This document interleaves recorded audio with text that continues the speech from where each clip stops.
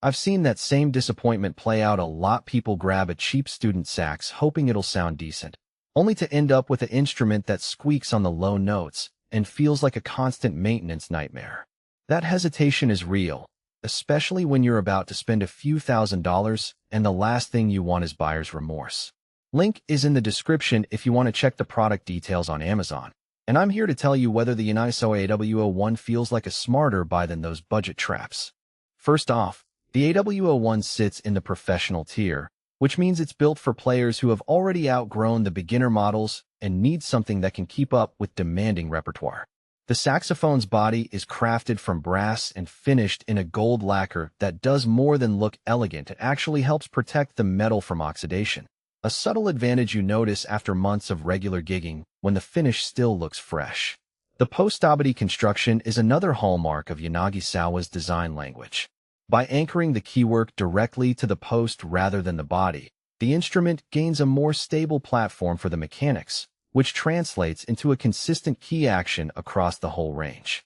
For someone who spends long rehearsal hours, that stability can mean fewer unexpected key slip moments that throw you off a solo. One of the first things you'll notice when you bring the WO1 out of its case is the feel of the mother-of-pearl key touches.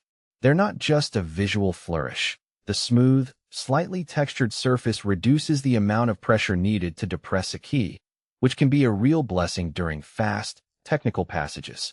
I've watched students who struggled with fatigue on extended scales, and after switching to a sax with these touches, they reported noticeably less hand strain. It's a practical benefit that isn't shouted about in marketing copy, but becomes obvious the moment you start playing for an hour straight. The instrument also comes equipped with a high F-sharp mechanism. Many alto saxophones stop at a standard high F, forcing players to use alternate fingerings or a pocket-sized octave key for the F-sharp. The WO1's high F-sharp opens up a small but useful extension of the range, which can be a game-changer for contemporary jazz pieces that demand that extra note without resorting to a separate auxiliary key. If you're the kind of player who likes to experiment with extended techniques or just wants the freedom to hit that top-end pitch cleanly, this feature adds tangible versatility. Now, let's talk about the practical side of ownership. The instrument comes with a robust case that's sturdy enough for the road, but the weight of the sax itself is something you'll feel after a few gigs. At around 9 pounds, the WO1 is heavier than many student models, and while the extra mass contributes to a richer tonal depth, it also means you need to be comfortable with a bit more heft. If you're a high school student who's still building core strength, you might find the weight a bit taxing on long marching band days. Conversely, seasoned college players or professionals who already have a strong embouchure and supportive posture will likely appreciate the added resonance that the mass provides. Another consideration is the cost of accessories. The WO1 is sold as a bare instrument, which means you'll still need a mouthpiece, ligature, reeds, and a neck strap. The professional-grade mouthpiece market is wide, and pairing the sax with a mouthpiece that matches its tonal profile can add another few $100s to your total spend. That isn't a hidden flaw, but it's a budget factor that first-time buyers sometimes overlook. If you're expecting an all-in-one package, you'll have to plan for those extras. Who should walk away from the WO1?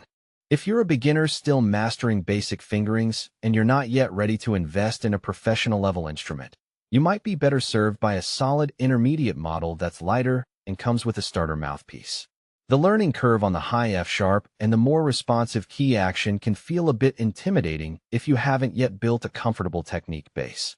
On the other hand, if you're already comfortable with a student sax, have a gig schedule that includes jazz combos, big band sections, or solo performances, and you're looking for an instrument that will grow with you into the next decade, the WO1 checks a lot of boxes. In terms of weaknesses, the biggest practical gripe I've heard from players who have moved up to this level is the occasional need for fine-tuning the key heights after heavy use. Because the post-stability design is so precise, a small amount of wear can cause a key to sit fractionally lower than the rest, which may require a technician's adjustment. It's not a catastrophic issue, but it does mean you should budget for a quick service check after the first few months of heavy playing. Additionally, the high-gloss lacquer, while protective, can show fingerprints and smudges more readily than matte finishes, so you'll find yourself wiping